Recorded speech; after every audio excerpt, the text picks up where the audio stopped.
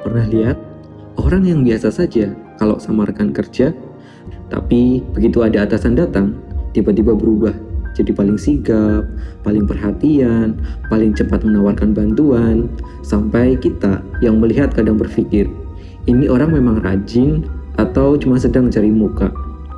Tapi sebenarnya, kenapa orang bisa melakukan itu?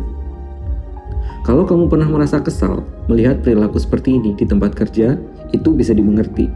Apalagi kalau kita merasa sudah bekerja dengan baik, tapi orang yang lebih pandai menunjukkan dirinya justru terlihat lebih menonjol di depan atasan.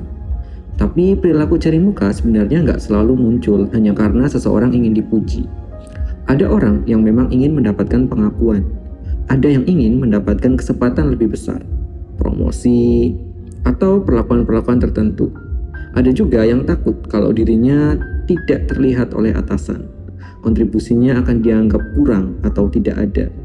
Jadi ketika melihat orang lain dekat dengan atasan, muncul pikiran, kalau aku nggak melakukan hal yang sama, jangan-jangan aku yang tertinggal. Bayangkan ada sebuah perlombaan. Semua orang sebenarnya berada di lintasan yang sama. Tapi ternyata, juri hanya sering melihat siapa yang berada paling dekat dengannya. Lama-lama, orang bukan cuma berusaha lari secepat mungkin. Mereka juga mulai berusaha lari ke arah juri. Begitu juga di tempat kerja. Kalau seseorang merasa bahwa terlihat oleh atasan lebih menguntungkan daripada sekedar bekerja dengan baik, perilaku cari muka bisa saja muncul. Dan ini yang sering kita lupa. Perilaku seseorang juga dipengaruhi oleh lingkungan tempat dia bekerja.